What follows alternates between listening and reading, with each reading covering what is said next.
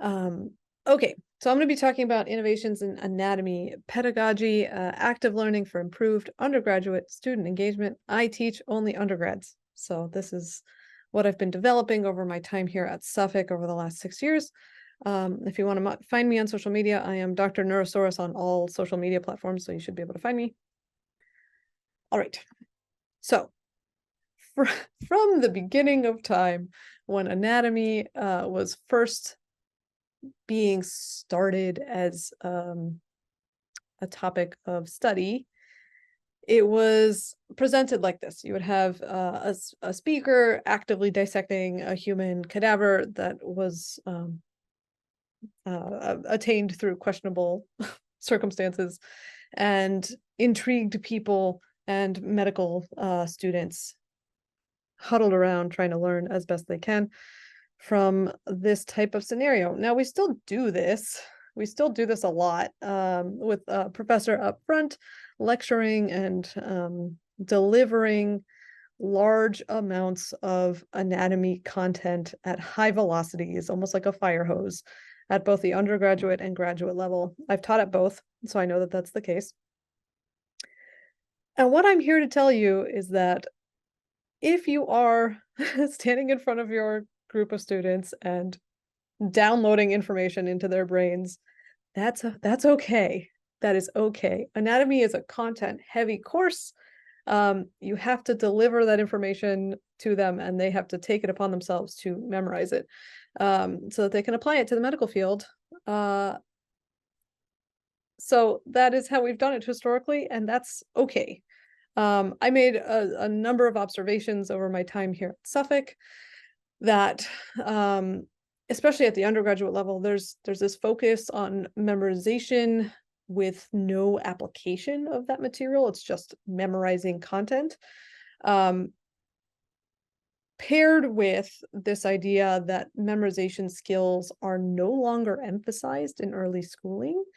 So there's much more of a shift towards problem solving, critical thinking, and active learning across all education levels. So this is starting down in like preschool, kindergarten, and middle school, high school. I know that our Center for Teaching and Scholarly Excellence here emphasizes this active learning approach. So all of education is shifting towards this critical thinking, problem solving, application of content, and reducing the emphasis on memorization, which is great, but also kind of tough when your material is mostly memorization. All right. In addition to that, coupled along with that, the impact of COVID as a long-term stressor on all of human civilization has changed how we learn. A lot of the science of learning has shown that people really cannot absorb information when they're in this chronic state of high stress. And so if you have a class that is all content, all memorization, it's not that the students don't want to learn it, it's that in some cases they physically cannot. They cannot absorb that material. They cannot memorize it because of the stress response that everyone went through with COVID. And that was very evident if you were teaching across previous to the pandemic, and now there was a dip across all of academia in exam scores across all fields, across all topics, across all levels. The exam scores dropped for a little bit, and I think that's just a remnant of virtual learning. A couple of other factors that I have here. My class size is small-ish. I have at maximum 40 undergraduate students in this course. The student population here at Suffolk is different from most undergraduate institutions in that it's a lot of first-generation college goers. We have a lot of international students that come here, a big population of underrepresented groups. And so our student population is not the traditional college goers. Lastly, each cohort is different. And I know that's kind of an obvious statement to make, even though the generalities of the student population here are the same across the years, each cohort has a different amount of, preparation, of high achievers versus low achievers, just across the spectrum of learning. Each cohort is made up of slightly different mix of students. And so tailoring a course, especially a content-heavy course like anatomy, can be challenging when your student cohort is different each year. Okay. Last thing on this. The anatomy course that I have here at Suffolk has sophomores, juniors, and seniors.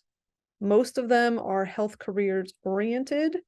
But here at Suffolk, we have a radiation science, radiation therapy program that requires the students to take anatomy in their sophomore year and only has one prerequisite.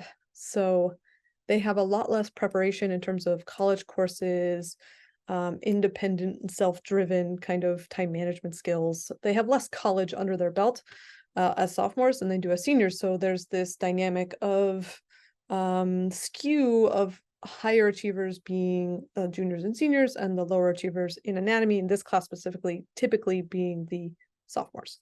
So that's something to keep in mind for this specific class, that the situation might be different in your own courses. So my goal for these redesigns was to reimagine how anatomy is taught, with the goal of improving long-term recall and learning outcomes for all students. So not taking away learning systems for the high achievers, but also bringing up the students with less experience so that everybody does a little bit better.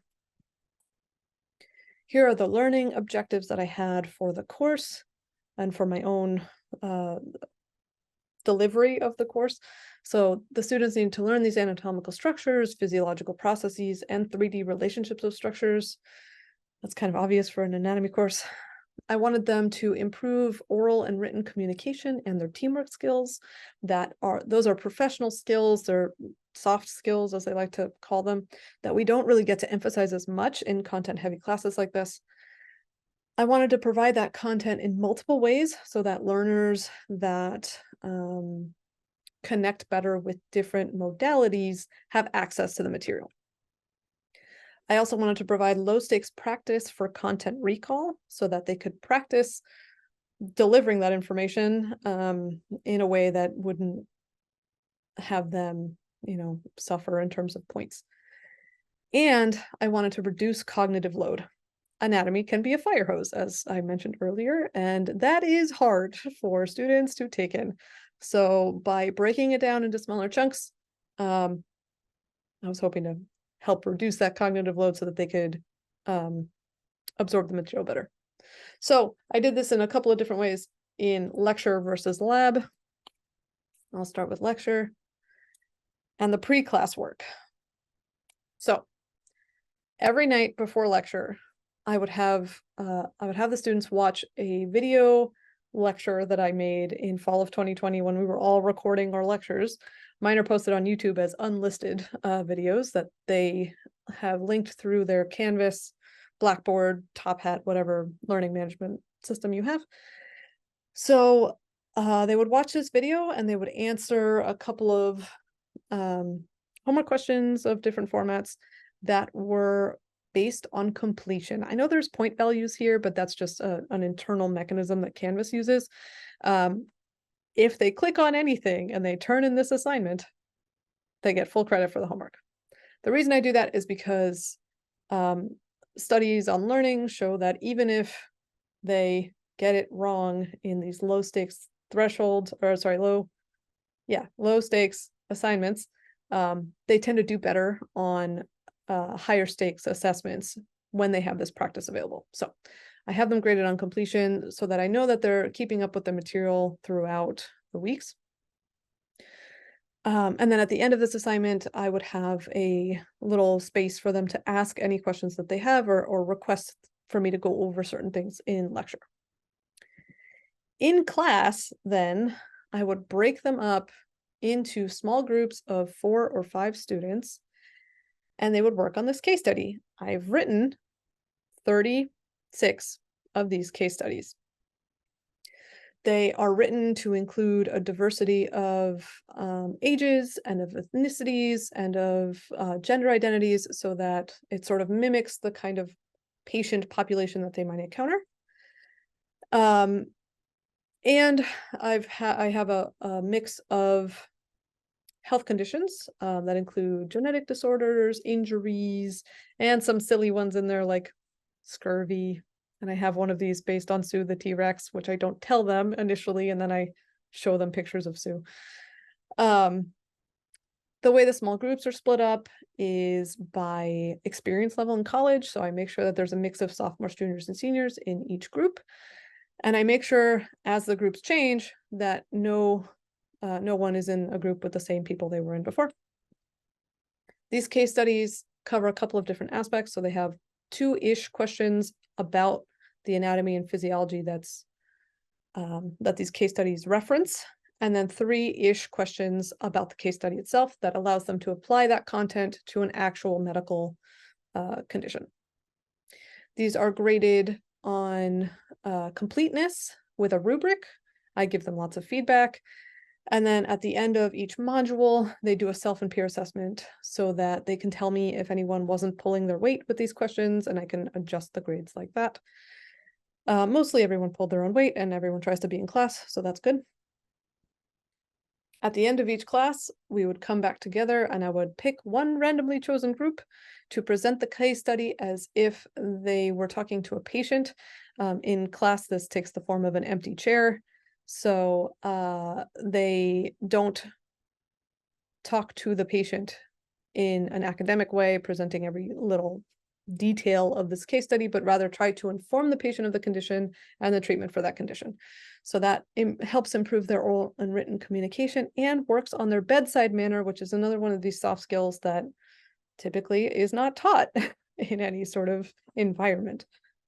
These presentations are also graded on a rubric, and everyone in the group gets the same grade. Yes. Then the exams for the lecture were split into 2 exam portions: a synchronous one that they take in class on paper and pen or on Top Hat in class still. These mimic the homework questions, and it's more targeting the understanding of the course content. And then they have a take-home portion, which is a case study that they have to complete on their own. It's the same format as the ones they have in class. It's open book. And it's graded on the same rubric as the one that they see in class. They have several days to complete it. This is what I did in fall of 2020 and fall of 2021.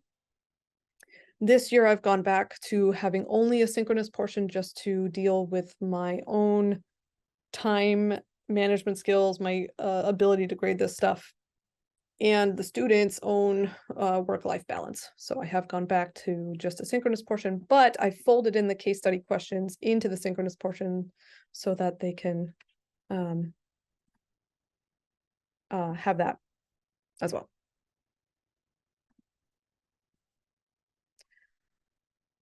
I've made some other modifications to the course this semester based on what I've been seeing after COVID. So the students definitely need more guidance. I can't just download the information once. I have to cover the tougher physiological processes with more repetition in class than I've had to in the past. So I still have them watch the YouTube videos and do the homework questions every night. I review the material in class with them for 30 minutes, and they can ask all their questions. They also ask questions through the homework system. And then I split them into their case study groups, and they work on their case study for about 10 minutes. Then we go over it for about 10 minutes after that. And they just have the physiological processes, the case study questions, the stuff applying the content to the medical condition, not the entire summary, because I will have just reviewed that, so they don't need to review that on their own. I also introduced practice exams that are required as part of the class, so that they get practice doing this style of exam questions. That helps alleviate some testing anxiety gives them idea for the format, and then I change all the questions anyway, so they should be able to use it more like a question bank rather than memorizing the answers to specific questions. I've also taken away the exam repair that we used to do and the open book portion, so I feel like these grades are actually showing true absorption of material. Okay. I've also taken away the presentation portion. I think it's super valuable, but I can't manage the time with having to review the material in class. So it's the thing that had to give.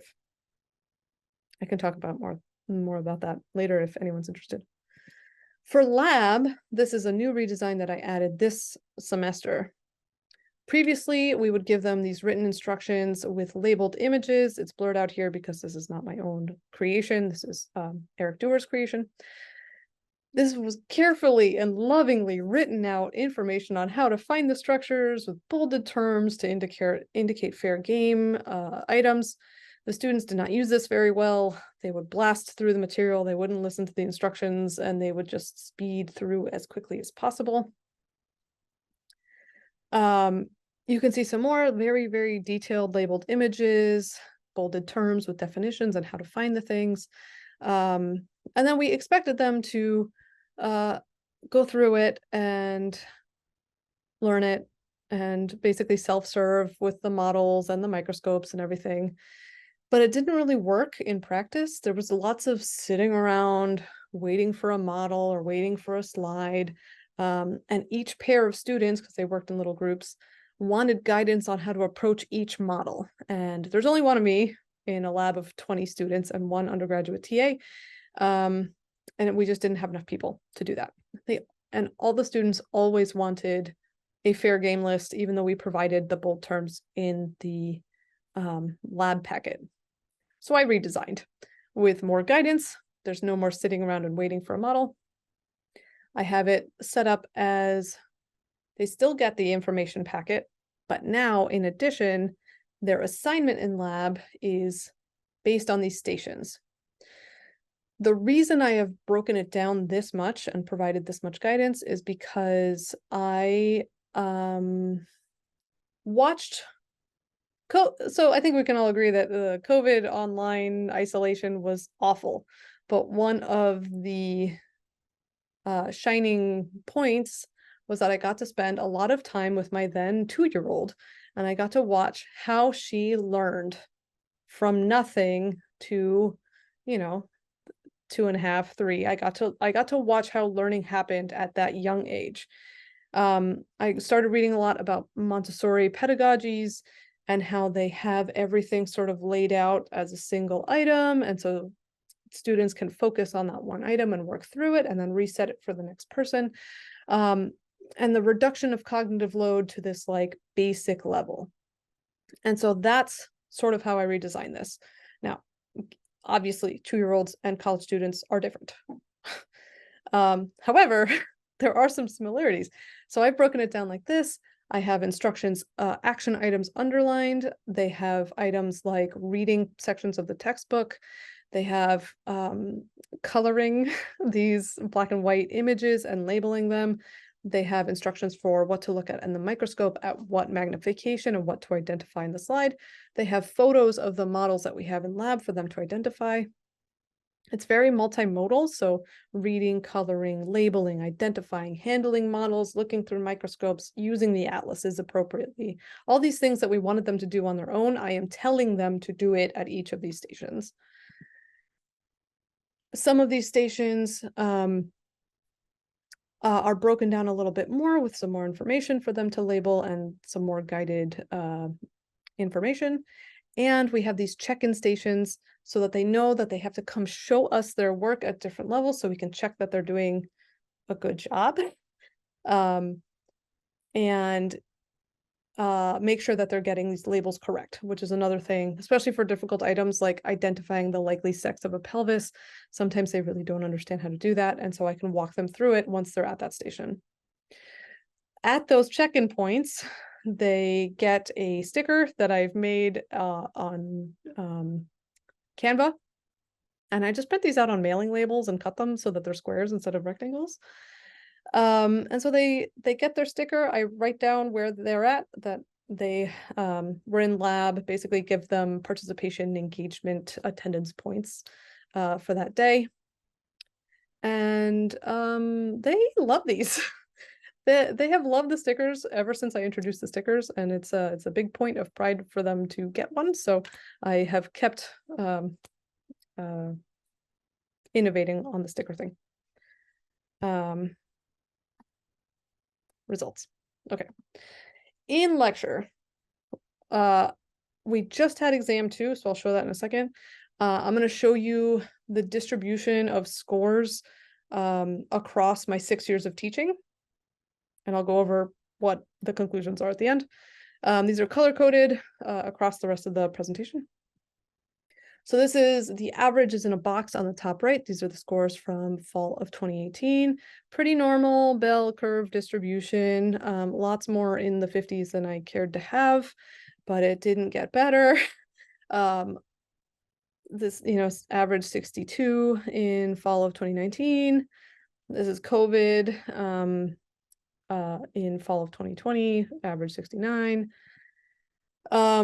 Fall of 2021, I had a population of very high achievers in this class, but you can see that the distribution kind of shortened and spread out, probably as a result of COVID. Fall of 2022, so this was last year. Last year's class was much more low performing than previous classes, and that's not unique to my course. That was a common comment across the university and across academia as well. Maybe this was my fault, but I'd like to think maybe not. And then this year, 69%, which is tied with the highest average that I've had. That was exam 1. You can see the distribution is mostly the same. We still have a few under 50s, which I'm not thrilled about. And then I literally just graded exam 2 for them. They took it on Monday, and I just finished grading it today. So you can see that distribution here in green and how it compares to 2021's class, just as a comparison point. It's looking kind of on par, a little bit of a shift, but I'll be intrigued to see how that looks against all the years once I put that together. But I think the bigger change has been in lab. So same color coding, and we'll see across lab practical 1 scores. And given this has been almost the same exam across all 6 years. So first average 62, second average 67. This was in 2019. This really low performer over here was an English language learner, and spelling counts on these practicals, so it was a mess. Online learning sort of condensed the distribution, and then back to in-person with an average of 75. Last year's average was a 70. This year's average was an 84. So a 9 percentage point increase from my previous highest. No one got below a 50% for the first time ever in my teaching. And just to check that it wasn't a fluke of not counting spelling anymore, because we're not counting spelling this year. I regraded it with spelling counting, and the average went down to 80%, but the distribution stayed the same. No one got below a 50%, which is amazing. So the whole distribution shifted up, and the tail got cut off, which I think speaks a lot to the success of this redesign. This is lab practical 2 scores, so same deal, same color coding. The average for this year with the old grading was still an 88, and with the new grading was an 88, so not a huge change. People seem to be spelling things great. The biggest advancement here is that no one got below a 60%, so no one failed for the first time in any practical I've ever had at Suffolk. So I think that speaks really highly to how well this redesign has worked. So a few conclusions. The lab redesign has improved student outcomes. This is especially true for students performing at the lower end. So all of that long tail that would draw out all the way to, 0 to 9% on like the lowest F you can imagine, that whole tail has been cut off and everyone is sort of doing better. The high achievers are still performing at their high achieving level. That kind of makes sense. But the lower end of the distribution has all been shifted up. And I think that is an amazing outcome to this redesign. The redesign for the lecture and the annual tweaking that I've been doing has had less of an impact, and I'm not sure what to feel about that. It's harder to measure because we have a lot of these growth mindset application methods in here. For the first few years, we were doing exam repair, where they could turn in a document with all of their corrected answers for half credit back on everything they missed. And I stopped doing that, but then I added in an open book portion that kind of balanced out. And then this year I'm doing something different where they can double count the final if they take a cumulative portion of the final and drop their lowest exam grade, which I think is a better method than the others. And maybe this is just my own growth as a professor. When I started at Suffolk, I had a 3-month-old child and I was sleep deprived, etc. So unsure what's happening with lecture.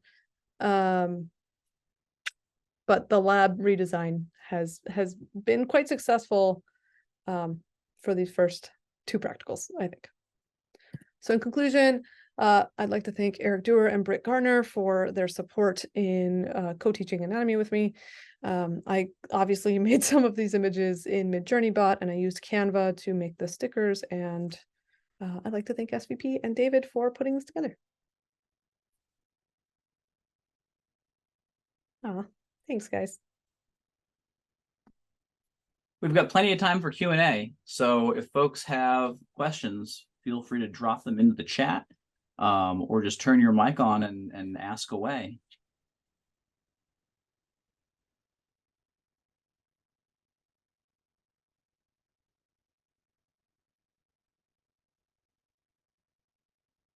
I'd like to think people are frantically typing questions in the chat.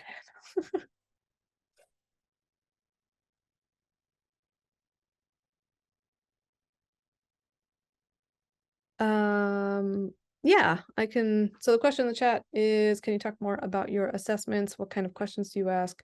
Multiple choice, essay, other?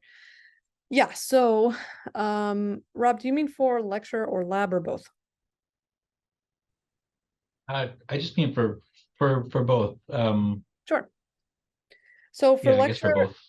Yeah, for lecture, it's a mix of multiple choice. It's about half multiple choice and then like a handful of short answer or image labeling, image identification types of questions. And that's the standard that we've used for a while now. And then in lab, it's taped questions onto models. So like we'll have different features taped off with a number, and then each sort of station has a little question piece of paper that says like, name this structure, name this feature, what is this opening, and then they have to find the tape on the model. The lab practicals are not timed. They don't have to sit at a station for 30 seconds and then get up and move. They can stay at a station as long as they want, as long as they're not hogging it for an unreasonable amount of time. And they can go in whatever order and visit each station as many times as they want. And they have an hour to do it. So that's how we do the lab practicals. I've played around with having like chapter quizzes that are multiple choice and image identification stuff in lecture, and having like an open book versus a closed book portion. So I've changed a lot of how I do the assessments, but I haven't landed on a clearly I haven't quite landed on what the best mix of things is, and I think that it learning has changed a lot in the last 6 years, and so it's been hard to pin down. Thanks.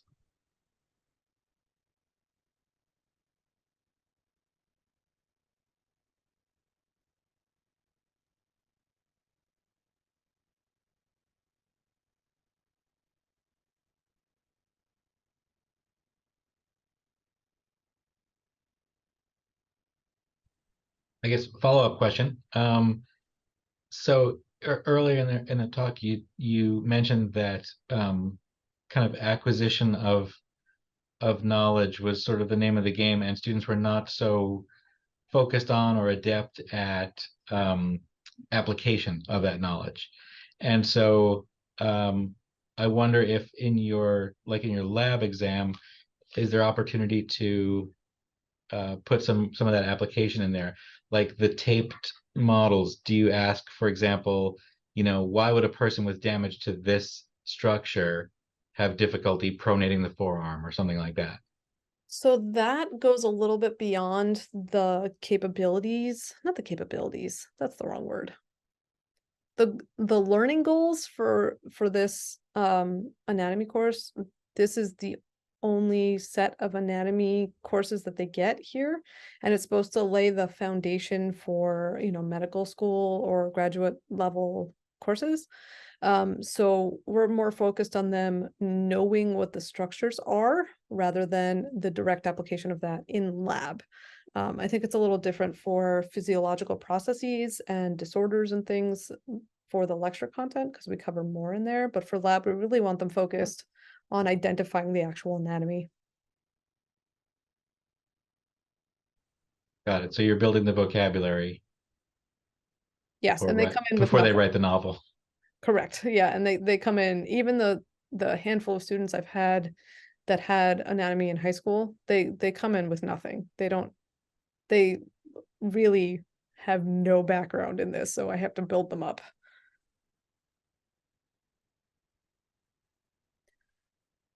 Did the adjustments I made force me to reduce the content coverage in lecture and or lab? In lab, no, it's the same content that we're covering. In lecture, we did fall behind a little bit this semester, but not in previous semesters, because what did they get stuck on? They got really stuck on ossification, and I had to explain that 3 times, like in embryological ossification processes. So because of that and some travel I was doing, we got about a week behind in lecture.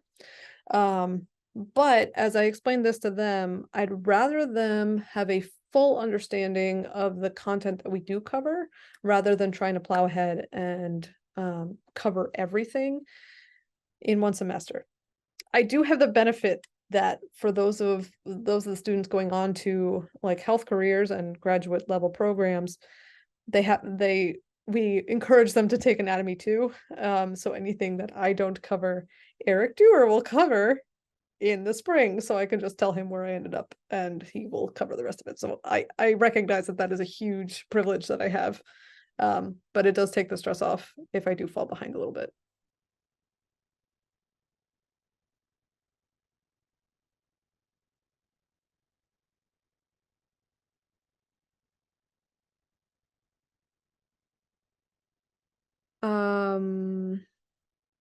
Only 10 weeks with whole shark and mink. Ooh. No, you're welcome. Yeah, we used to use minks in dissection here. We used them 1 year when we couldn't get cats. And the minks they're tough, man. They're they got such little legs. So we do cat dissection. And I didn't talk about that here. I changed it this year to do a guided dissection versus just throwing everybody into the pit of dissection and hoping for the best. So I have a camera set up and they follow along while I dissect in front. And that's, it's been going. We just had 1 week of it, so.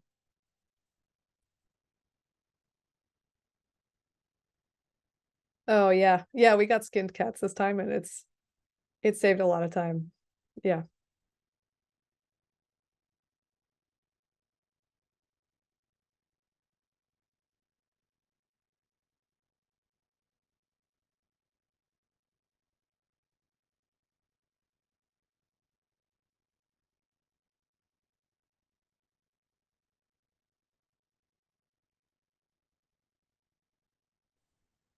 Eugenia, I was wondering if you see any issues with scale on this. Like if you were to implement this with a much larger group, would you need some kind of scaled up just number of instructors, or is this something that you think could be in some way, shape, or form applied to larger groups of students than what you were dealing with here? I would hope that this would scale up. I also recognize that active learning does not scale very easily. The small group projects, I would max them out at 5 students per group. It really depends on how much grading you want to do. I have them turn in the case studies every day, and I go through and just check them off that they've completed them. If you have more than 8 or 10 groups, it becomes unmanageable if you have that every day. So that is something to keep in mind. That's part of the reason why I went back from having a synchronous and asynchronous exam, is because I would be getting, by the end of the semester, they were getting so good at writing out their answers that I would get like a 3 to 5 page document from each student. And with 40 students, it was like 200 pages every exam. And I couldn't keep up with it. It was getting unmanageable. So, yeah. Automatic grading tools, grading and completion, and discussing the answers as a group versus giving individualized feedback, is a sort of straightforward way to scale this up.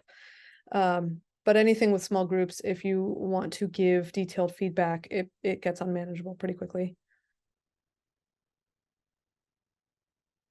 So a bit of a follow-up to that. So let's say that we've got some inspired early career faculty member who's watching this on YouTube a year or something from now, and they want to get their administration, their department chair, whatever the case may be, on board with letting them do something that those folks might consider risky. What would be your advice to that hypothetical person as far as like how do you quickly get somebody on board? What's your elevator pitch for this? It's inspired by the latest teaching practices and by this shift in learning. So reduction of cognitive load, active learning, application of material, problem solving, critical thinking, all of those are, what do they call them? Professional skills, and there's a whole term that's escaping me right at this moment. The professional skills that like career centers and employers are looking for in their newly graduated employees. So it's a way to develop those skills in courses that don't normally get them, and I think that is important. Yeah, the reduction of cognitive load and the application of these questions, and the mix of sensory input for this content helps to emphasize it in different ways, helps you make mental connections with the material in different ways. So it's very supportive of student learning, and I think that's the best argument you can make. Awesome, thanks.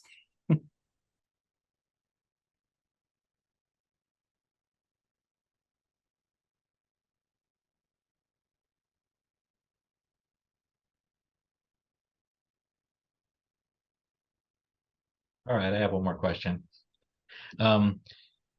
You said you had to kind of reluctantly get rid of the presentation component, which I guess was part of the lecture. So what would have to change for you to bring that back? I would have to be able to spend less class time reviewing material so that they would have more time on the case study.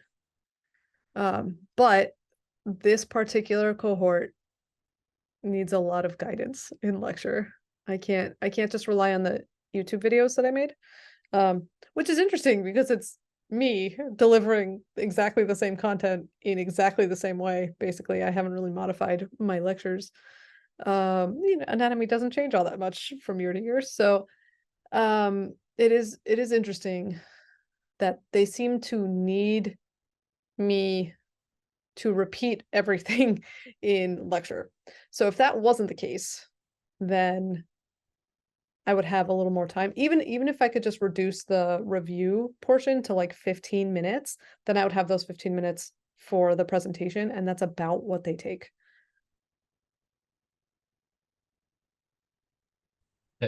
It seems like 15 minutes well spent, because that seems like the most active part of the lecture. And I find that students love being handed the mic, and get a chance to show off what they know. But I understand it the other way too. If they're not too confident with it, then they're not going to be comfortable presenting. Last year, I had them set up as extra credit. So if they had they had 2 opportunities to do one of these presentations for like, I think it was like 1% bump on their final grade, which is significant. And almost no one took me up on it.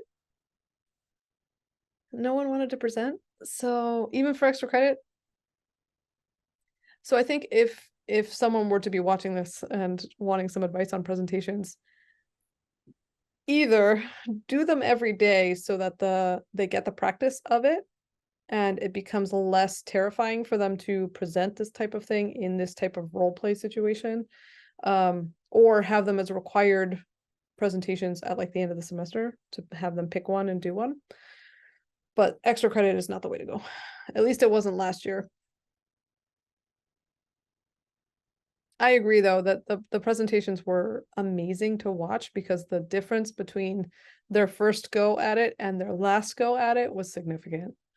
They really settled into their role. I'm really proud of myself for these.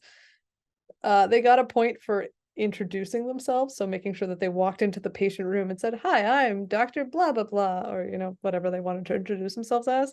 They got points for having correct information in their presentation and for general bedside manner. So not just reading from their document, but engaging the empty chair as their patient and explaining things in direct, straightforward, non-jargony ways as if they are actually presenting a treatment plan for their patient. So I was really happy with them, and I am sad that I'm not doing them this year. I'll try to fold them back in next year. I was really wondering how, with the lab redesign, because that took significant thought and energy to create those station guides.